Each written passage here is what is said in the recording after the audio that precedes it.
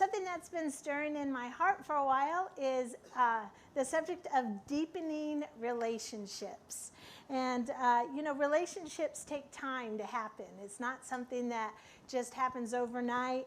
I like to give this example. Sometimes I've given it in the announcements, but when we first came to Massachusetts and when we first began to go to the retreats that we had, the regional retreats, we did not know anyone. And so when there were maybe a couple people that I recognized, but as far as like really knowing people well, we didn't know anyone. And so year one, you're just like, oh, you're meeting lots of people and it's fun just to, meet people. But then over the years, the ones that, we did not miss any. We went to every retreat ever since that we've been able to. And you begin to build relationships with people. And the ones that come every year, you get that chance to really deepen those relationships. There are some that come, I remember there was one that I thought was real interesting to talk to, and I never saw them again. So you can't deepen that relationship. It was a one and done. And then there's some people that come like every few years you see them. And so, it's not the same as the ones that come every single year. And you get to talk with them every single time you go. And those relationships just get stronger and stronger and stronger. And the same with the district meetings that we would go to as well. There are certain people that you're like, you know them. And you just feel like, you go to everything, and you just feel like you connect with them, because you're in the boat together, And so there is something about faithfully being where God has you to be. And when you're faithfully attending certain things, He is connecting and knitting hearts together. And but like I said, it's something that doesn't happen. The first time I went, those relationships, those people that I met, the relationship was about this deep, because all you are doing is getting that introduction. But as you just keep going and going and going, those roots start to develop, and now you feel like that's someone that you can trust and that you can talk to, and there's a connection there. And the older I get, the more I realize how important that time is with relationships. If you are going down a path, there's people that were in my life when I was in high school. I don't have any running into them. I don't see them. I'm in a different state. I don't have that connection with them anymore. My life has gone on. And so those relationships that I had with those people during that time, it's not the same now because I've gone on with my life. But then there's people that I went to college with that I still connect with a little bit. And, when we see each other, it's like, hey, how's everything going? It's been many years that we have known each other, maybe not real super close because, again, we're not in the same proximity, but, there's that familiarity. I've known that person for so many years. And then, it goes on and on and on. But, your spouse, now that's a connection that you have with someone that you do not have with anyone else. There's nobody else that's going to have that deep of knowing the good, the bad, the ugly. And they chose to stick with you. And so when that happens, there is something about that ends up being over years. You just are like, wow, that's pretty good. You can trust that person because they didn't run the other way. They stuck with you.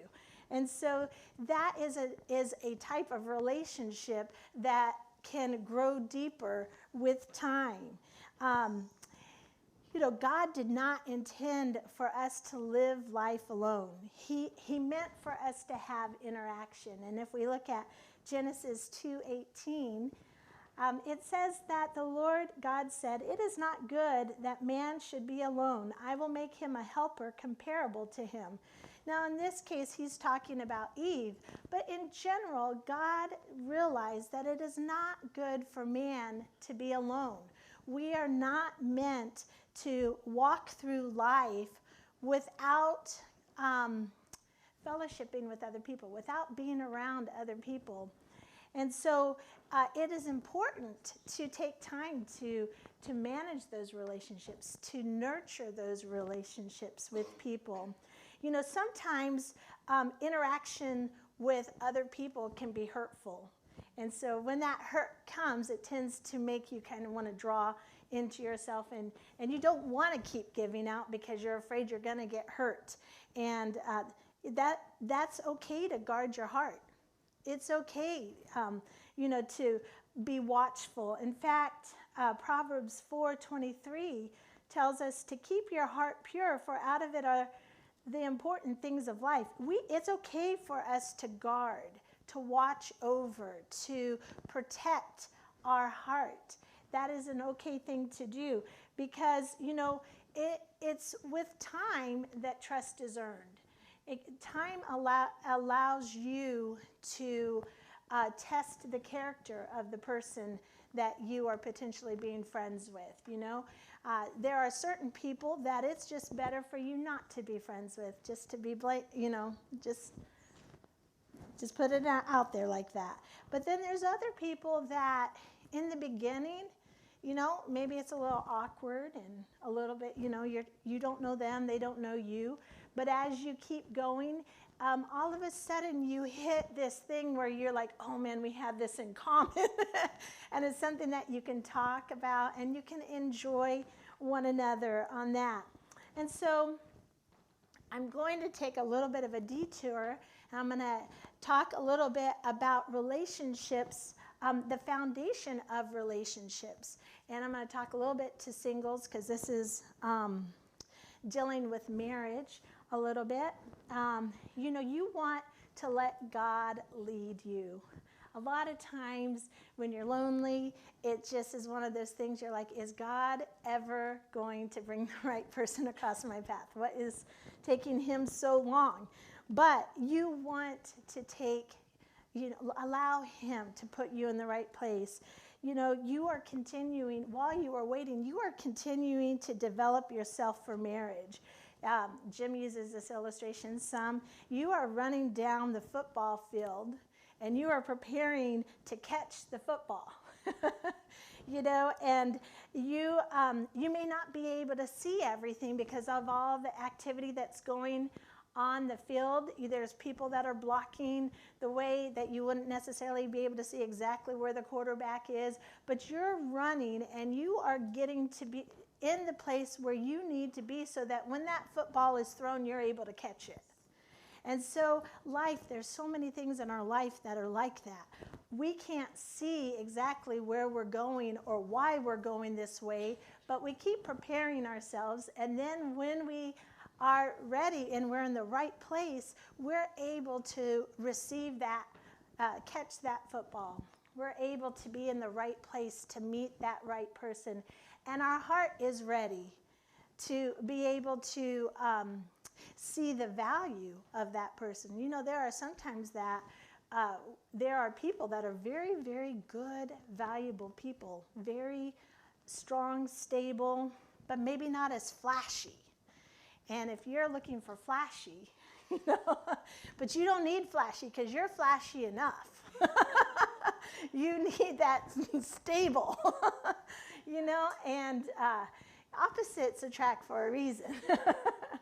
And so there are times that God is preparing our hearts and helping us.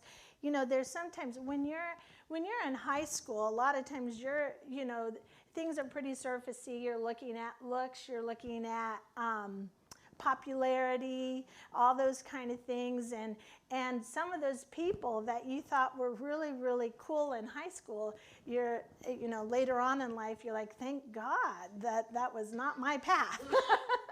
And you find out later on, but in high school it looked really, really cool. So we are running our race, and and getting in the right place. And one of the things as a single that's so important is that we do the things the way that God would have us to do.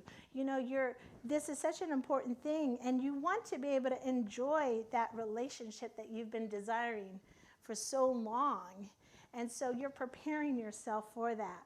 One of the things that God says to do his way, if you look at 1 Corinthians 6:18, this will be just a short part of the sermon, just a short part, but it says, flee sexual immorality. Every sin that a man does is outside the body, but he who commits sexual immorality sins against his own body. You are a treasure. You are important. You are a gift that you are giving to your spouse. And when you freely give your body to anyone you date, you are actually hurting yourself. You are hurting yourself. You are taking a step backward from the relationship that you truly desire to be in. And so that's something to just keep.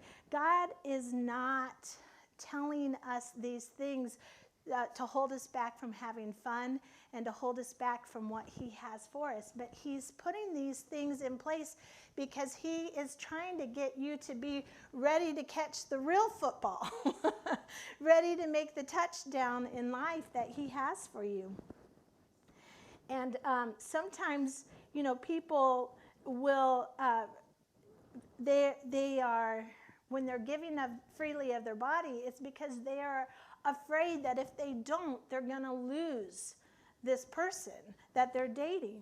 And rather than trusting God, they're trying to take hold of matters for themselves and try to make it work in and of themselves. And really, if you're trusting God, you know, that, you know, if you're thinking to yourself, well, they may break up with me if I don't do this, well, then maybe that's not a good fit for you.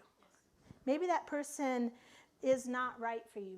You want to have somebody that is going to treasure and value you and is going to go to great lengths to be with you. And if it's all just the physical, then maybe there's not the kind of depth that you're really looking for. And then once you get physically involved, you know, it's a lot harder to see clearly. You begin having a harder time hearing the voice of God because your soul is now connected with this person. And, you know, there's just fleshly desires that begin to override the leading of God. So his voice begins to be harder and harder to hear, because if he's telling you to break up, you're like, but I like this. I don't want to break up. And he knows down the road what's going to happen. And so we want to be keen to be able to hear clearly when we're dating what he is telling us. Is this a good fit? Is this not a good fit? Because then we can avoid a lot of situations down the road when we are laying that foundation very, very strong.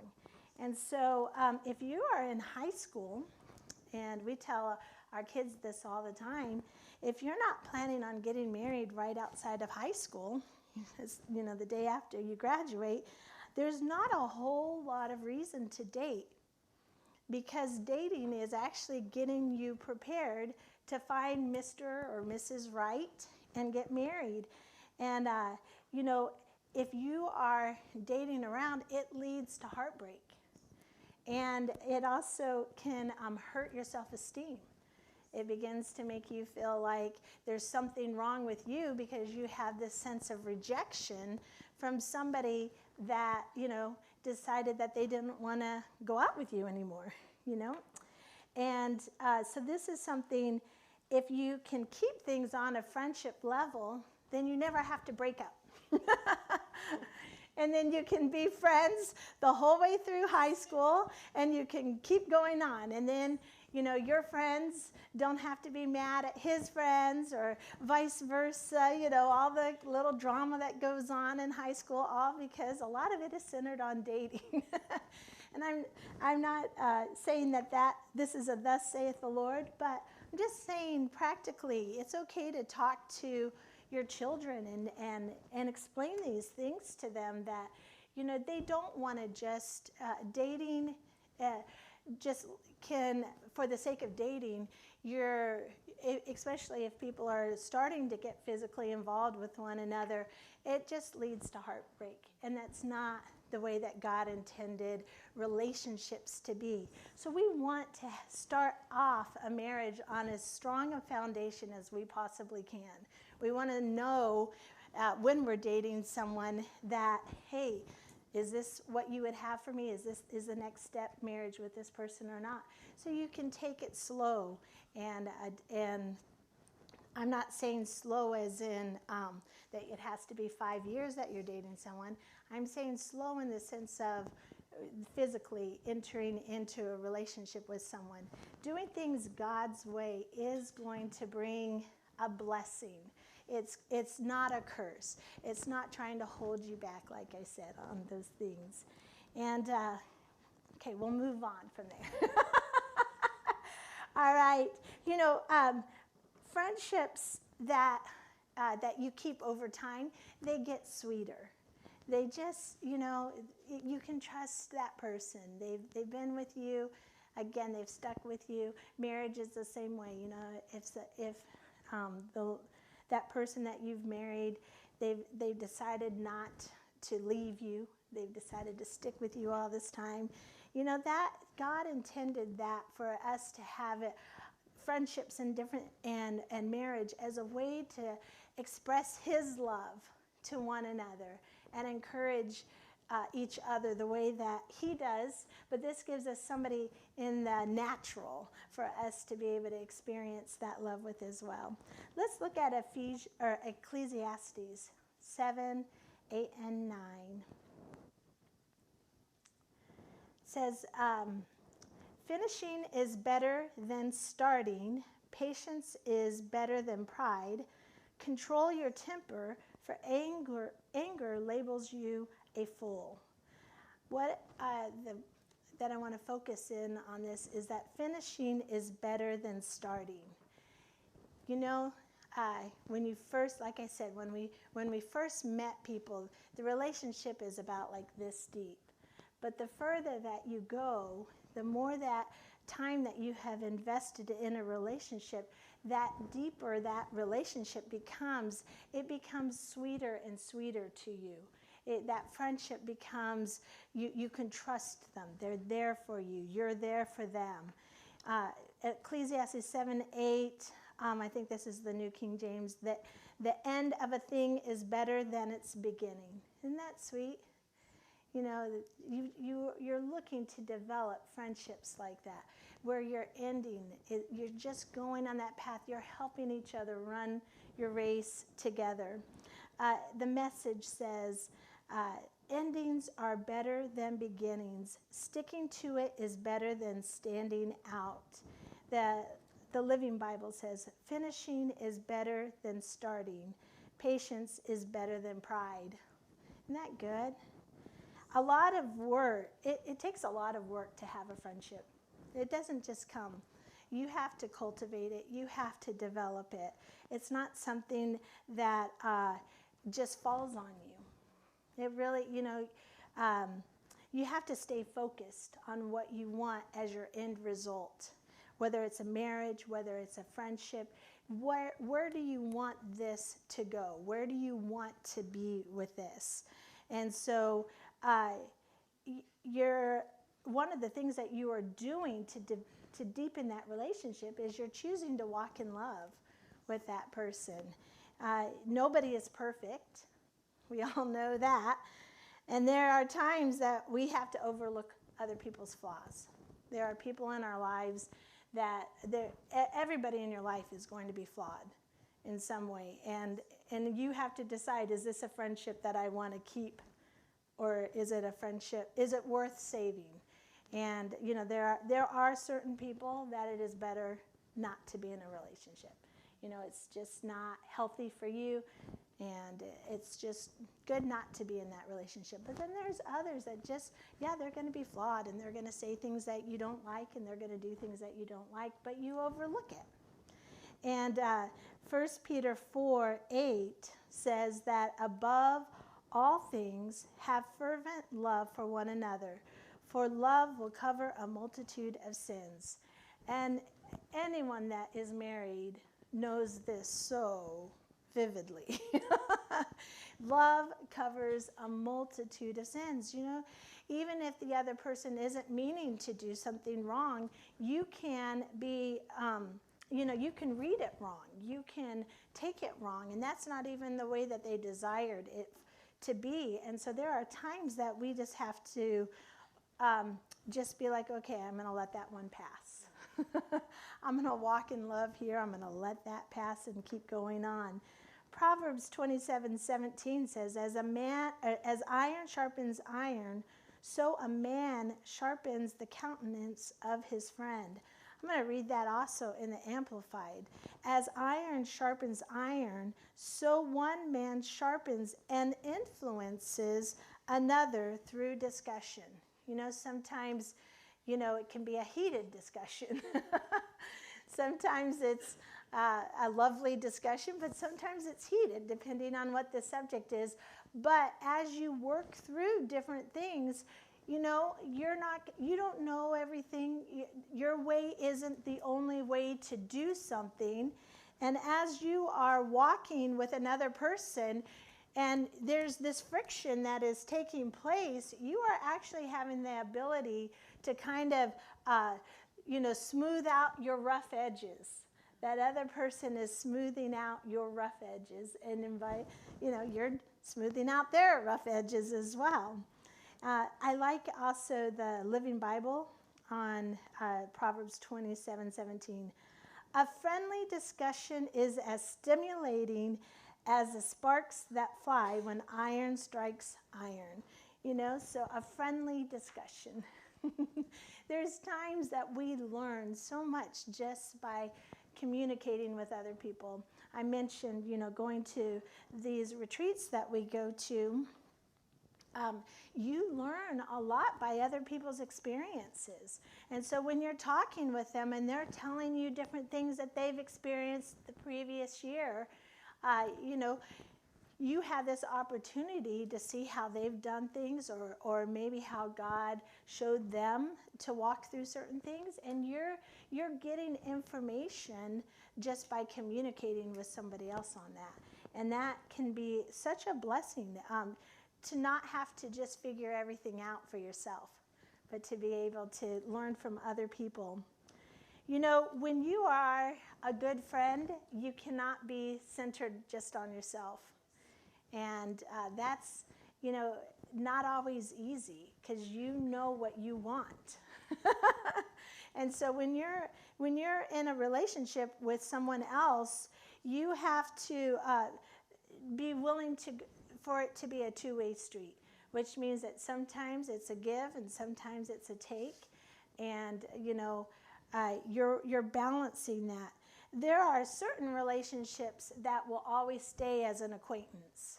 Now that it just will not deepen, and that's okay. You don't have to be hurt or offended if you want the relationship to go deeper and that person doesn't want to. That's okay. There's more than one fish in the sea. And so there are other people that can be brought into your life that God is bringing to you, so that you can have deeper relationships and friends that go deeper than just that acquaintance. And when you strive to walk in love with people, you will find that people want to actually be around you.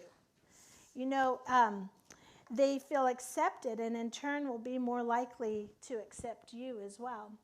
I can remember there was a time when I made a conscious decision that when I go into certain meetings or certain things, that I'm going to be the one that's the giver. I'm going to go in and I'm just going to love on people, and I don't care if they love me back or not. I'm just there to be a blessing, to just share the love of God no matter what, and just be used of God. And when you do that, rather than being negative, you find that people appreciate. They don't know if they can trust you if you are negative, because they don't know if you're going to be negative on them, and you're going to potentially knock them down, just like they heard you knock somebody else down. And so we have to be a little bit careful on some of those things. And I know, like in high school, I can remember, you're trying to fit in, and so there's an easy target person, and everybody's talking bad about this person, and you want to fit in, and so you just join in and make fun of the person too, and then that poor person just feels really bad about themselves, because you're probably being used to say exactly all the things that they feel bad about themselves, and you're pointing it out. And I realized as I grew up a little bit that you don't have to do that. You don't have to fit in at the expense of somebody else. There's no reason to do that. You can, if you are confident in who you are, you don't have to put anyone else down. If you're confident in how God sees you and how He loves you, you don't need to go around and make anyone else feel bad about themselves, because who is the one that's the accuser of the brethren? It's the devil, and we don't want to be used of him. We don't want to be the voice that's in someone's head, that whenever they are, feeling a little insecure, they're hearing our voice and what we've said. We want to be the one that when God is encouraging them and telling them, yes, you can do it, they're hearing our voice. Go, you got this. You're going to win. You're going to overcome, And there have been times where I've had to really just ask God for boldness to go into settings. Sometimes you can feel like you don't know everybody. You don't know what's going to happen in a certain setting, and you can feel nervous. And there's times where I'm just like, Lord, in and of myself, I don't want to go, but I'm supposed to go, and I know I'm supposed to go, and I just ask you to give me the boldness that I need to get through this. And then help me to be able to see the good. You don't need help to see the bad. Because even if you don't see it, there's somebody there to point it out for you. But there are times where you need help to see the good. Help me to see how you see this situation. Help me to look at this the way that you would look at this. Help me to look at this person the way that you see them. It's really easy when somebody exhibits certain negative behaviors to just be like, there's no hope for that person. It's really easy to just kind of push them aside and say, well, they're too far gone. But then there's times where, you just, in spite of what it looks like, you feel you're drawn to that person. And you're like, God, help me to see this person the way that you're seeing them. Help me to cut through that obvious, way of looking at them, and help me to see them the way that you want them to be seen. Help me to love them the way that you would love them. And again, I'm not saying that means that they become a part of your inner circle, but they are somebody that is valuable to God, and you're looking for ways to esteem and value them the way that God esteems and values them. There have been times that I've noticed that, you're walking in love, you're trying to do things the way that God has for you to do them, and you're trying to have that door open so that people can walk through it and be friends with you, and you be friends with them, and they don't ever walk through that door. And you're like, that can hurt, because rejection hurts. When people hold you at an arm's length, don't let you come close, and you would like to. You think they're cool, but maybe they don't think you're as cool. You're like, sometimes that can hurt. And you have to choose not to let their opinion define you. And that is not always easy. And how do you choose not to let that opinion define you? It's to keep your eyes on Jesus. What does he say about me? How does he view me? How does he view the path that I'm on? He thinks I'm beautifully and wonderfully made. And there's just times where you have to just keep confessing that, because it seems like there is nobody else in agreement. And there are just times where you're just like, no, the Bible says this, and so therefore I am. And you just keep going down that path. And I know, like, sometimes there's, as a pastor's wife, there are sometimes opportunities that I've had to just be like, okay, God, I thank you that you value and you esteem me. I thank you that, everybody has those opportunities, don't they? If you look at your life, there are opportunities that you are like, okay, thank you, God, that you don't see me the way I perceive this person seeing me.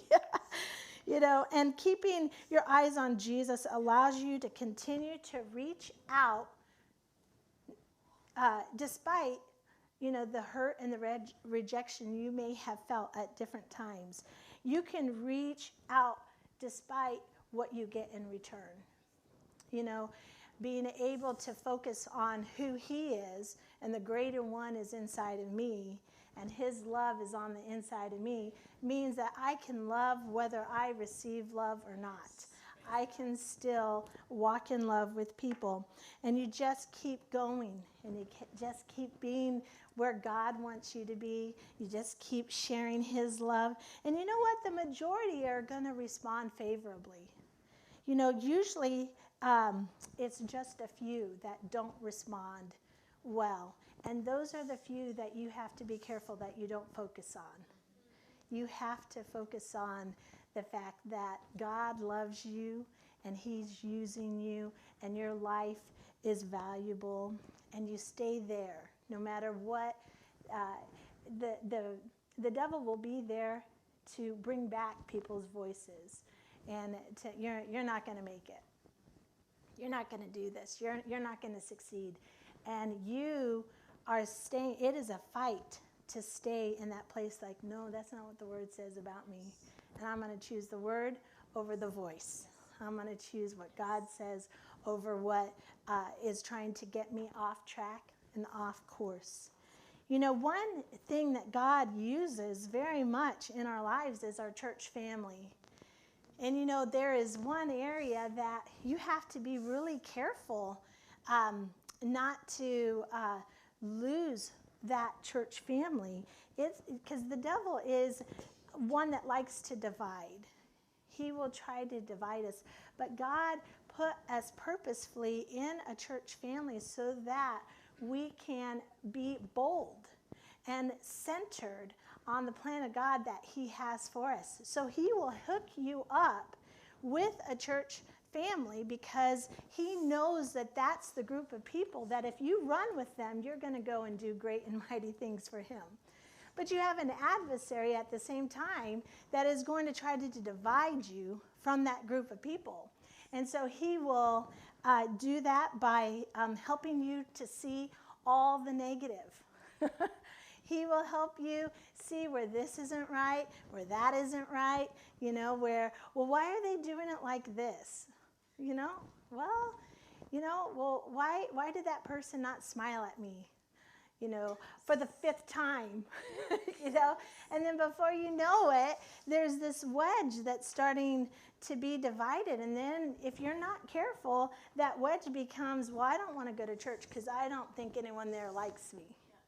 And there becomes these things that the devil will use to try to separate us. But Hebrews 10:24 and 25 says, and let us consider one another in order to stir up love and good works, not forsaking the assembly of ourselves together, as is the manner of some, but exhorting one another, and so much more as you see the day approaching. If there's ever a time where the day is approaching, we are closer. Yeah. We are closer than they were 100 years ago. We are closer than they were when they were walking with Jesus. We are closer to that day approaching. And so we are not supposed to forsake gathering together. And there's been all sorts of things that have tried here to stop the gathering together. We had COVID. Churches were shut down all over the United States, and you were told you can't go to church, you can't assemble together, and some people stuck with it, even though the ban was lifted, and they stayed away.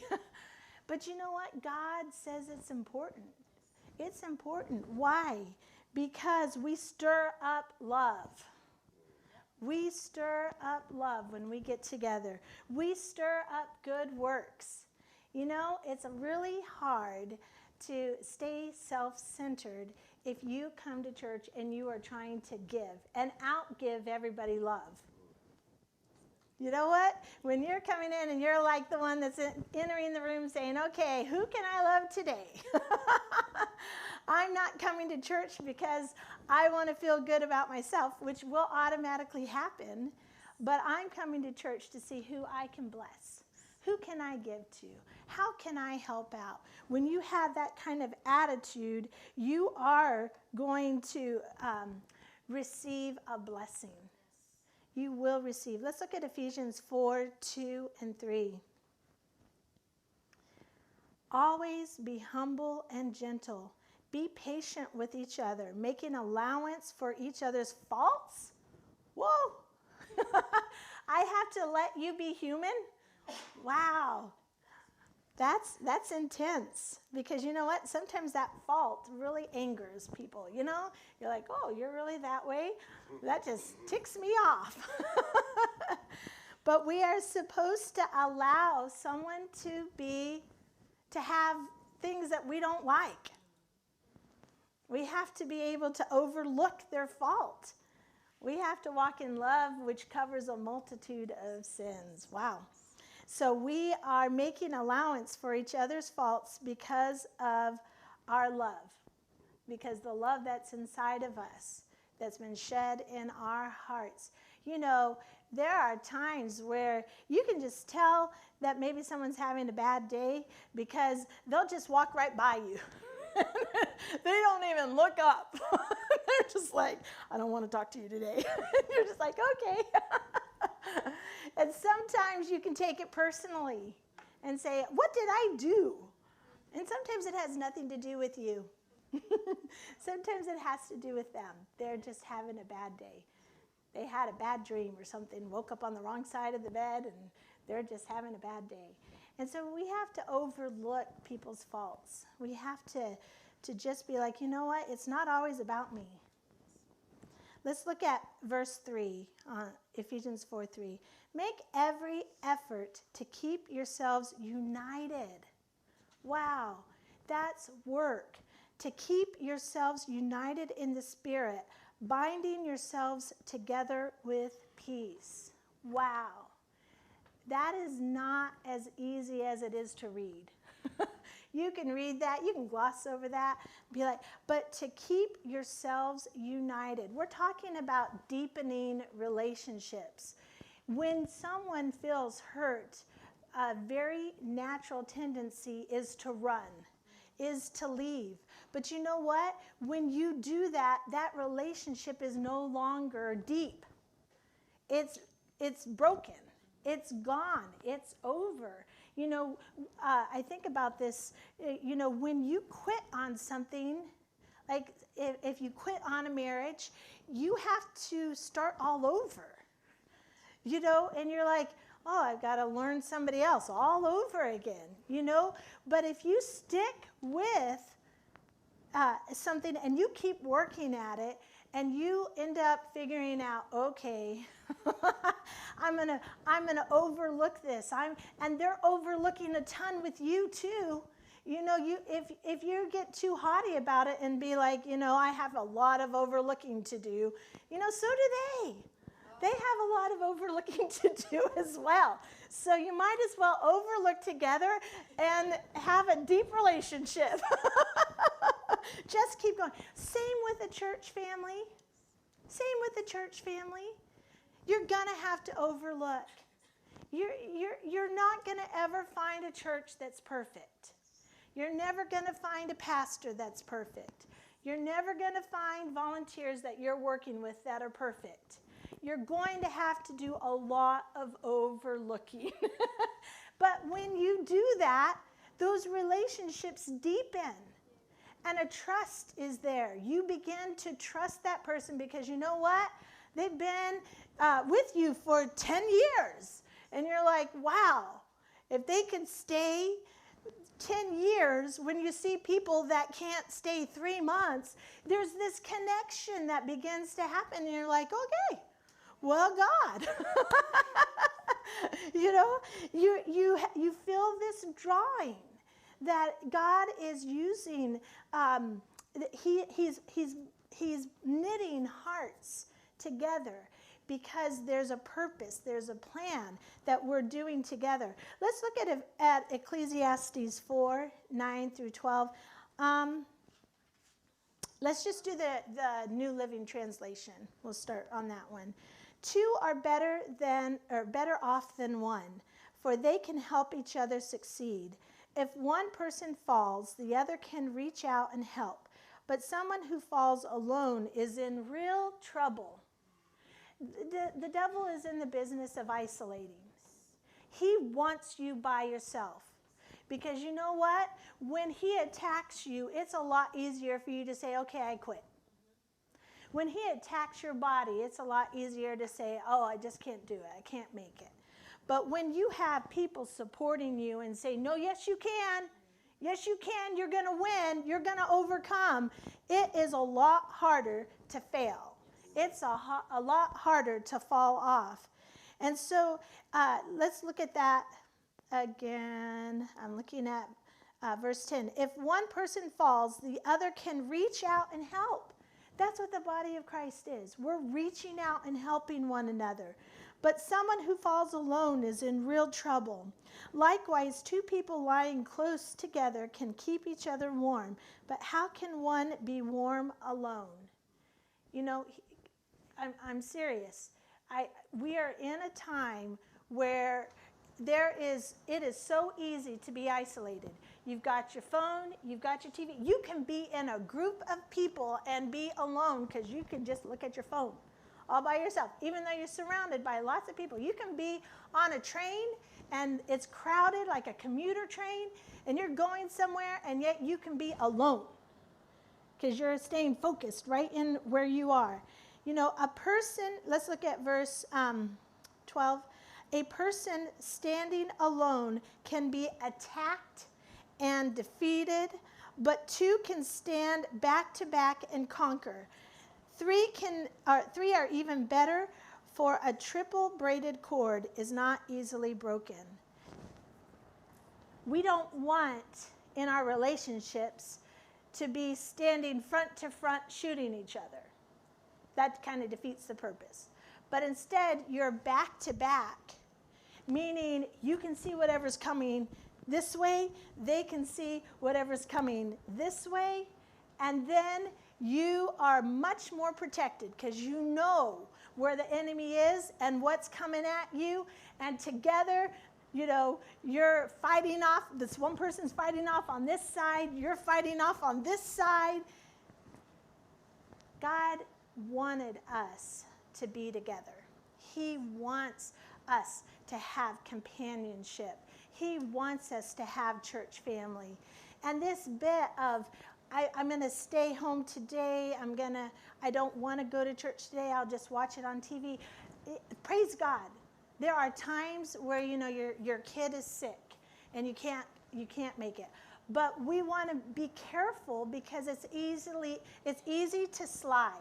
It's easy to get out of the habit of communing with one another. And again, we're talking about deepening relationships. You know, there are certain people that never miss. And so there's this relationship you can have with them because every time they're there. You can talk to them. Even if you miss one time, you can catch them the next time because they're always there. That allows a strengthening of that relationship, a deepening that can take place because you're communicating every time you see one another. And so if you find yourself where it's easy to start sliding and, well, I don't really feel like it today. Oh, I can just miss this one time. You have to be careful, because the adversary, who is the devil, is walking around as a roaring lion seeking whom he can devour.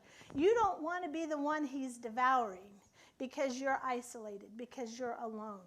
You don't want it to be where you're giving him a place, or worse, you're giving him a place in your family, in your children's lives, because they see mom and dad go every once in a while whenever they feel like it. You want them to see mom and dad, they never miss. And so they grow up. You've had 18 years of every time the church door is open, you're there. It's a lot harder for you to start missing when that's been ingrained in you. Even if you miss, you slide off for a year or something because you went off to college or something, all of a sudden you can't get away from it. That's who you are. You're like, oh, I can't miss church. I have to go to church. So anyways, we want to make sure that we are doing what God has for us to do, to deepen relationships with our church family, deepen relationships with friendships that he's brought in our life, deepen relationships with our marriages. We want to have the kind of marriage that God intends for us to have. And it's not easy. It takes a lot of work, but it is available. To say that, well, I just can't have a good marriage. There are some that, you look at the outside and you're like, I see why you're saying that. I get it. I understand. But God, he does say that he is working on our behalf. He is working with us. And we can ask him for wisdom in relationships. Ask him, whether it's a marriage, whether it's a friendship, whether it's a church people, you're asking him, help me, God, to see things the way that you see it. Help me to find the good. Help me to look for that rather than being distracted and easily offended and easily seeing the negative.